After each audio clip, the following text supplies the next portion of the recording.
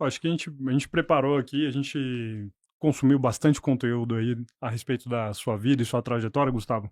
Eu acho que tem um aspecto que está sempre presente, eu acho que quando se pensa no combate que o Brasil fez em relação à inflação e sua trajetória também de dedicação de estudo, né, em relação a isso. Então, acho que eu peguei aqui até um dado do seu livro A Moeda e a Lei, de 1933 a 1994, o Brasil passou por 8 reformas monetárias e 9 moedas, além da hiperinflação acima de 1000% ao ano no pré-real. O que explica essa história monetária brasileira? Assim, acho que a gente não tem um dia inteiro aqui, claro, né, para você nos explicar, mas eu acho que isso está no imaginário nosso, né, do o que explica o Brasil ter sido tão estável nesse quesito tão crucial para a estabilidade de qualquer país. Bom, não sei se você responder isso, não. Mas diria, para começar, que é uma experiência única no planeta Terra. Talvez a pior inflação que o planeta começou. E pensa um segundo sobre o que seria a pior. Não é a maior em um determinado mês. É isso misturado com o tempo de duração. E aí você tem que fazer um critério para quando começa e quando acaba. Tem um estudo clássico que é do Philip Kagan, Universidade de Chicago, junto, parceiro lá do Milton Friedman. Em 56 eles fizeram uma coletânea. Foi a pessoa que primeiro estabeleceu data de início de episódios de hiperinflação e data de término, que é mais fácil de achar. E aí vê duração média no período, o acumulado. Mais adiante, salvo engano, em 2002, Stanley Fischer, que estava ainda no FMI, refez o estudo, mas aí ele pôde olhar as hiperinflações que ocorreram na Europa, nas repúblicas que tinham saído do socialismo, na África tinha uma opção de exemplos, outras na Ásia Central, e aí tinha uma amostra muito grande, tinha 45 casos de inflações. Aí fez um critério um pouquinho diferente do Kagan para definir o que era uma hiper, que foi sempre um assunto político aqui no Brasil, que os políticos diziam: o Brasil não tem uma hiperinflação. Hiperinflação, essas coisas lá da Alemanha, bagunça. Aqui não, aqui está tudo organizado. Tá bom. Mas o fato é que o Stanley veio com um critério que é assim: olha aqui, uma inflação hiper, ou chame do que você quiser, começa quando passa de 100% ao ano em 12 meses acumulado. E termina quando termina, né? Quantas dessas? Mais ou menos 50. Aí a pior é uma mistura do que dura mais tempo com a mais alta, portanto, é o acumulado durante a vigência do negócio. Adivinha quem é o número um? É o Brasil, porque tem 15 anos seguidos. A inflação ultrapassa 100% ao ano no acumulado de 12 meses, salvo engano, em 1980, e vai elevada, ainda que com flutuações, até 94. É, Teve um mês que deu 82, que foi março de 90, o mês da transição do Sarney para o Collor. Mas teve mês lá do plano cruzado que foi congelamento. Então, tudo considerado, né, o acumulado de 1980 até 94 dá, sei lá, um quatrilhão por cento, não tem ninguém, nem a Argentina. E Alemanha, Hungria, casos assim lendários de hiperinflação, eles são curtos, são episódios que demoram um ano e pouco no máximo.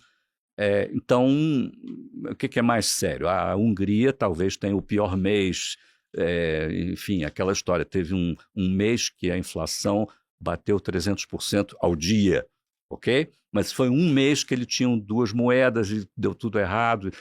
Mas durou um ano, não durou 15 anos. 15 anos é uma marca muito profunda no país. Ninguém conseguiu ficar fora disso. Isso deseducou, estragou o Brasil de um zilhão de maneiras. E é claro que é uma doença muito profunda. Não é uma distração monetária, não foi uma máquina de fazer pintar papel que ficou descontrolada um pouquinho. Não, é uma coisa muito profunda. Tanto que o plano para acabar com essa doença ele tem que ir muito fundo em muita coisa.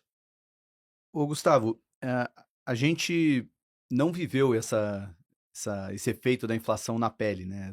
Temos nossos 30 e poucos anos, então éramos jovens demais para sentir as dores. Mas o que que fica de legado e até de memória mesmo,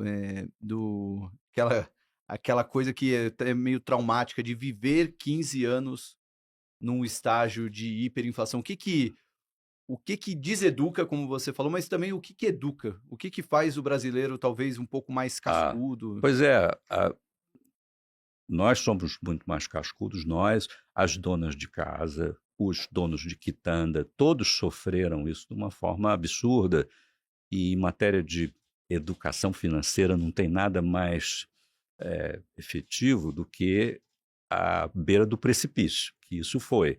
Você, quitandeiro, podia quebrar de um dia para o outro, você, dona de casa, podia também falhar no seu planejamento, com consequências para a sua família. Todo mundo correndo esse risco durante 15 anos é uma loucura absoluta. A gente, e junte a isso também tentativas de acabar com a doença erradas, que às vezes causam mais estrago do que a própria doença. E o exemplo sempre citado nas famílias, onde é o repositório dessa memória, é o Plano Collor. O dia que o dinheiro sumiu, se vocês perguntarem em casa, nos pais, né, vão lembrar do dia que sumiu o dinheiro de todo mundo e que foi um problema e tal. Também as experiências dos congelamentos, que era muito bom no primeiro dia, no segundo dia mais ou menos, daqui a pouco era uma tragédia.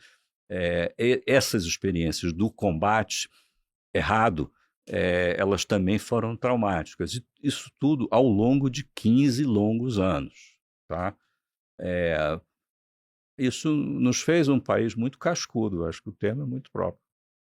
E olhando 30 e poucos anos para frente, a gente já está completamente imune a um risco de hiperinflação. O que que você vê de tanto dessa melhora estrutural que o Brasil teve, e de fato isso não vai mais voltar, ou a gente corre risco sim, com inflação não se brinca, isso pode voltar a assombrar? Como é que você vê na situação atual do Brasil um risco de piora como a gente viu lá atrás? Bom, acho que tem as duas coisas, como você pôs na sua pergunta. Primeiro, é um pouco como o alcoolismo, você a vida inteira vai ficar sensível e vulnerável a esse troço que um dia te dominou, esse vício. Então não dá para brincar com a inflação, com a moeda. Mas, por outro lado, parte importante do Plano Real foi uma reconstrução em larga escala do sistema monetário, que hoje está super protegido e blindado das loucuras do passado. E o nosso passado ensina muito sobre exatamente como elas acontecem. Então, hoje, Banco Central e o sistema bancário, já não tem mais banco estadual do jeito que tinha, antigamente era assim, pensa que é como se cada estado tivesse um banco central, a gente não tinha um banco central, tinha 27 mais o federal e mais os outros 5 bancos federais também eram meio banco central. Então, é típico da hiper você não ter um banco central, você ter 40, entendeu? Aí não é mais assim. Mas deu muito trabalho para reconstruir toda a regulação bancária para que bancos funcionassem como bancos, que estados não tivessem bancos, que tivessem uma separação entre a política fiscal e a monetária. Tudo isso nos blinda de a política fiscal irresponsável se transformar em inflação. Agora, a gente está vivendo exatamente agora e vai viver nos próximos anos essa inconsistência entre o mundo político querendo expandir as fronteiras do possível no campo fiscal, mas isso não se converte em inflação, porque a gente tem uma estrutura de defesa quanto a isso que não deixa e não vai deixar a irresponsabilidade fiscal virar inflação de novo. Agora, a tensão entre o Banco Central e as instituições fiscais, ela está presente.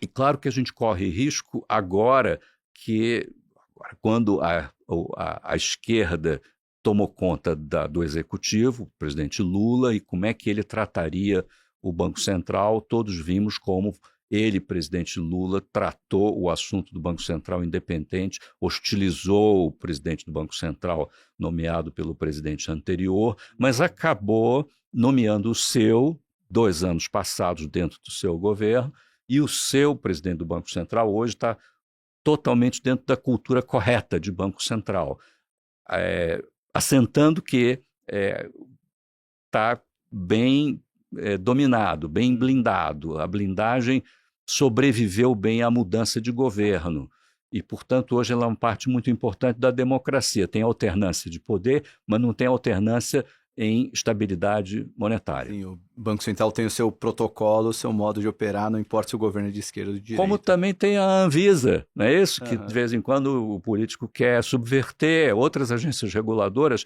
Às vezes os políticos querem bagunçar e conseguem, não é isso? Mas essa não.